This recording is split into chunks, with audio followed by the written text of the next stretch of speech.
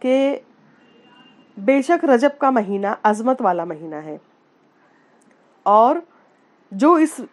مہینے میں ایک روزے رکھے گا اللہ اس کے 1000 مطلب اس کو 1000 روزے کا ثواب لکھ دے گا، اور جو 2 روزے رکھے گا اس کو 2000 روزے کا ثواب لکھ دے گا، یعنی 2000 سال کا ثواب لکھ دے گا، اور اگر وہ 3 روزے رکھتا ہے تو اس کو 3000 سال کا ثواب لکھ دیتا ہے۔ اسی طرح سے اگر وہ 7 دن کے روزے رکھتا ہے تو اللہ اس کے لیے جہنم کے دروازے بند کر دیتا ہے، اور اگر 8 دن کے روزے رکھے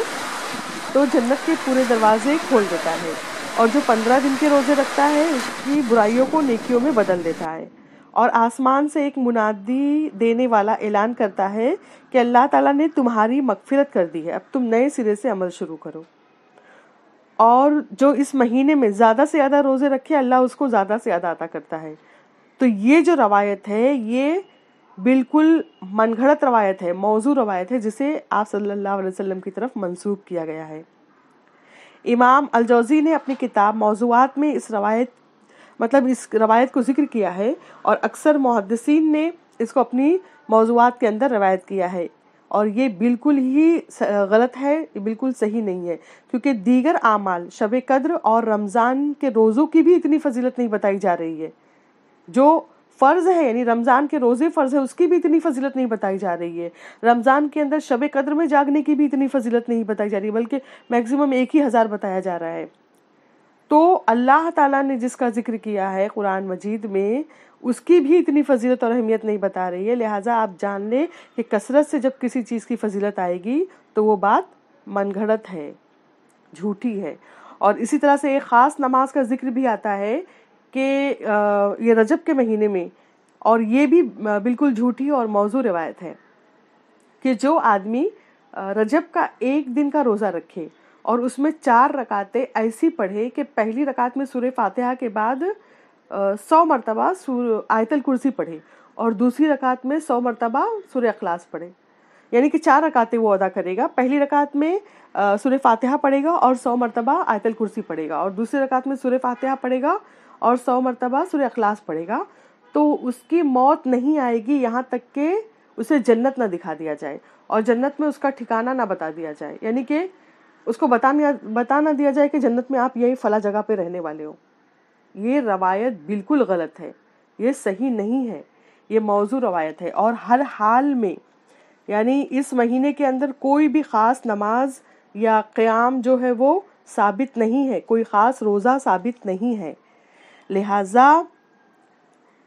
ان تمام چیزوں کو ہمیں چھوڑنا چاہیے، بالکل اس کی طرف مائل نہیں ہونا چاہیے۔ ابو داؤد کی ایک حدیث آتی ہے کہ تم میں سے جو شخص زندہ رہا بہت سے اختلافات دیکھے گا، بس تم پر لازم ہے کہ تم اپنی سنت تم میری سنت یعنی آپ صلی اللہ علیہ وسلم کی حدیث ہے یہ جو ابو داؤد میں بیان ہے کہ تم میں سے جو شخص زندہ رہا بہت سے اختلافات دیکھے گا، بس تم پر لازم ہے کہ تم میری سنت اور خلفائے راشدین کے طریقے پر چلو اور ان سے چمٹے رہو، اسے مضبوطی سے تھامے رہو، اور دین میں نئی راہیں نکالنے سے اجتناب کرو، کیونکہ ہر نئی بات بدعت ہے اور ہر بدعت گمراہی ہے۔ یعنی دین میں کوئی نئی بات پیدا کرنا جو ہے وہ بدعت ہے، اور ہر بدعت کیا ہے؟ گمراہی ہے۔ اسی طرح سے بخاری شریف کی ایک حدیث ہے، باب فی الحوض میں بیان کیا گیا ہے، عبداللہ بن مسعود رضی اللہ تعالیٰ عنہ سے روایت ہے کہ نبی کریم صلی اللہ علیہ وسلم نے فرمایا کہ میں حوض کوثر پر تمہارا انتظار اور بندوبست کروں گا، اور ضرور بضرور تم میں سے کچھ لوگ دکھانے کے لیے ظاہر کیے جائیں گے، پھر انہیں مجھ سے دور کھینچ لیا جائے گا، میں کہوں گا کہ اے پروردگار یہ تو میرے ساتھی ہیں، تو کہا جائے گا کہ بے شک آپ نہیں جانتے کہ انہوں نے آپ کے بعد نئے کام ایجاد کیے تھے، یعنی دین میں بدعات کو رائج کیا تھا، لہذا کل بدعت ضلالہ، ہر بدعت جو ہے وہ گمراہی ہے۔ دین میں ثواب کی نیت سے ثواب سمجھ کر کسی چیز کا ایجاد کرنا بدعت کہلاتا ہے، خواہ اس کا تعلق اعمال سے ہو یا عقائد سے ہو، آپ نے اسے گمراہی قرار دیا ہے۔ اور ایک دوسری حدیث میں فرمایا ہے کہ گمراہی جو ہے وہ جہنم میں لے جانے والی ہے۔ اسی طرح بخاری کی ایک اور حدیث ہے کہ جس میں آپ صلی اللہ علیہ وسلم نے بیان کیا، فرمایا ہے کہ جس نے ہمارے اس دین میں نیا طریقہ ایجاد کیا جو حقیقتاً اس میں نہیں ہے تو وہ طریقہ مردود ہے، اسے نہ اپنایا جائے، اسے چھوڑ دیا جائے۔ اسی طرح سے رجب کے مہینے میں 22 رجب کو کنڈے کے تعلق سے بہت ساری باتیں آتی ہیں۔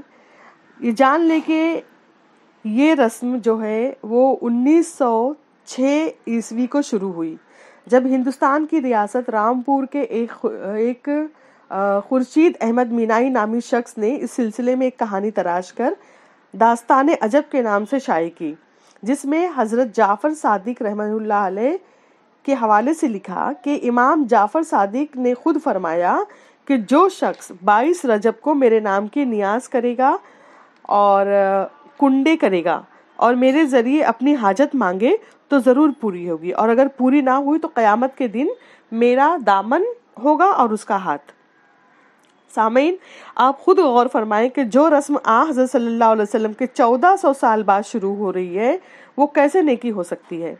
فقہ اسلامی کی تقریباً تمام کتابوں میں یہ مسئلہ لکھا ہوا ہے کہ نظر و نیاز عبادت ہے جو صرف اللہ ہی کا حق ہے، اور غیر اللہ کی نیاز جو ہے وہ شرک ہے۔ لہٰذا حضرت امام جعفر جیسی بلند پایہ شخصیت کے بارے میں یہ تصور بھی نہیں کیا جا سکتا کہ وہ کسی کو شرک کرنے کا حکم اور ترغیب دیں گے۔ لہٰذا اہل اسلام کے لیے نبی کریم صلی اللہ علیہ وسلم کی اتباع اور پیروی ضروری ہے۔ اپنی طرف سے نئی نئی باتیں ایجاد کرنا، نئی نئی عبادات ایجاد کرنا اور نئے نئے طریقے نکالنا کلمہ گو مسلمان کے لیے صحیح نہیں ہے۔ اس مہینے میں بھی عام عادات کے مطابق نماز تہجد، پیر اور جمعرات اور ایام ابیض کے روزے یعنی 13، 14، 15 کے روزے جو کہ نبی کریم صلی اللہ علیہ وسلم سے ثابت شدہ ہیں، انہی کو معمول بنانا چاہیے۔ اور اسی طرح سے نماز پنجگانہ جو فرض کی گئی ہے، ماہ رجب میں ہی معراج کے موقع پر 5 وقت کی نمازیں فرض ہوئیں، اس سے پہلے 2 نمازیں تھیں، فجر اور عشاء۔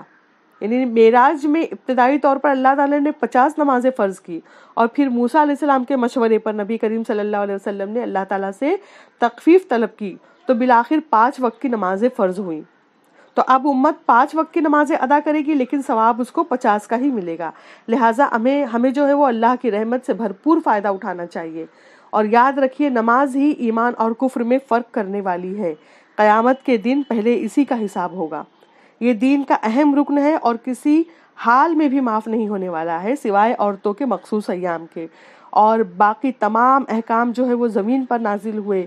لیکن نماز جو ہے وہ تحفہ معراج ہے جو آپ کو 7 آسمانوں کے اوپر سدرۃ المنتہا کے پاس عطا ہوئی۔ لہٰذا ہمیں اللہ سے اس عظیم تحفے کی قدر کرنی چاہیے۔ یعنی اللہ نے ہمیں اتنا بہترین تحفہ دیا ہے، ہمیں اس کی قدر کرتے ہوئے اس کی پابندی کرنی چاہیے اور تمام خرافات اور بدعات سے دور رہنا چاہیے۔ اللہ تعالیٰ ہم سب کو یہ توفیق عطا فرمائے کہ ہم اس کے دین پر، صراط مستقیم پر